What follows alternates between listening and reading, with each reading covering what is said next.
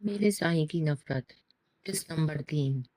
جس بات پر ارسلان شاہ کو پچھتاوا ہونے لگا تھا، اگلے ہی لمحے ایک ایسا منظر اس کے سامنے آیا جس نے اس کا غصہ دوبارہ بھڑکا دیا۔ ارسلان کے کمرے سے نکلنے کے بعد مانور سیدھی اپنے کمرے میں آ گئی۔ اس کی آنکھوں میں آنسو تھے اور دل بری طرح زخمی ہو چکا تھا۔ بچپن سے لے کر آج تک کسی نے اس پر ہاتھ نہیں اٹھایا تھا، مگر آج جس شخص سے وہ بے پناہ محبت کرتی تھی، اس نے اسے سب کے سامنے نہیں مگر اس کے دل کے اندر تک توڑ دیا تھا۔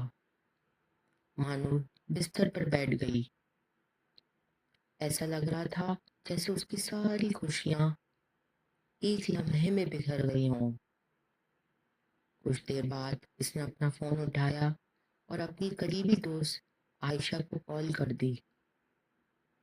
مجھے یہاں بالکل اچھا نہیں لگ رہا، اس نے نم آواز میں کہا۔ عائشہ نے فوراً محسوس کر لیا کہ وہ پریشان ہے۔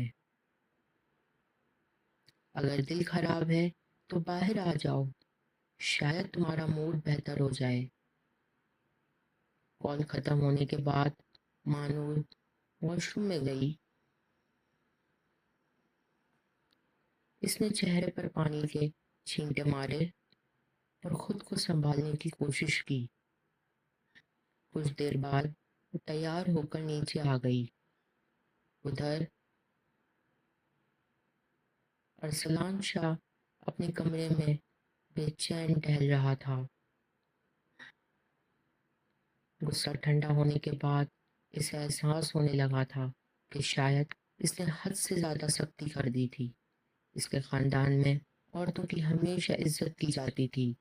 اسے اپنا رویہ یاد آ رہا تھا اور دل میں عجیب سی بے چینی پیدا ہو رہی تھی۔ مجھے اتنا سخت نہیں ہونا چاہیے تھا، اس نے خود سے کہا۔ کافی دیر سوچنے کے بعد اس نے فیصلہ کیا کہ وہ مانور سے بات کرے گا۔ شاید کچھ غلط فہمیاں دور ہو سکیں۔ وہ کمرے سے باہر نکلا ہی تھا کہ اچانک اس کی نظر صحن کی طرف گئی۔ مانور گھر سے باہر جا رہی تھی۔ چند لمحوں بعد ایک گاڑی آ کر رکی۔ مانور اس گاڑی میں بیٹھ گئی اور گاڑی آگے بڑھ گئی۔ یہ منظر دیکھ کر ارسلان کے دل میں کئی سوال پیدا ہو گئے۔ وہ خاموش کھڑا گاڑی کو دور جاتا دیکھتا رہا۔ اسے محسوس ہوا کہ کچھ نہ کچھ ایسا ہے جو اس کی سمجھ سے باہر ہے۔ بغیر کچھ سوچے اس نے اپنی گاڑی نکالی اور فاصلے سے اس گاڑی کے پیچھے چل پڑا۔ اسے نہیں معلوم تھا کہ آج کی رات اسے کسی حقیقت کے قریب لے جانے والی ہے، مگر ایک بات طے تھی، یہ رات حویلی کے بہت سے رازوں سے پردہ اٹھانے والی تھی۔ جاری ہے اگلی قسط کے لیے آپ ہمارے چینل اردو کہانی کو سبسکرائب کریں۔ شکریہ۔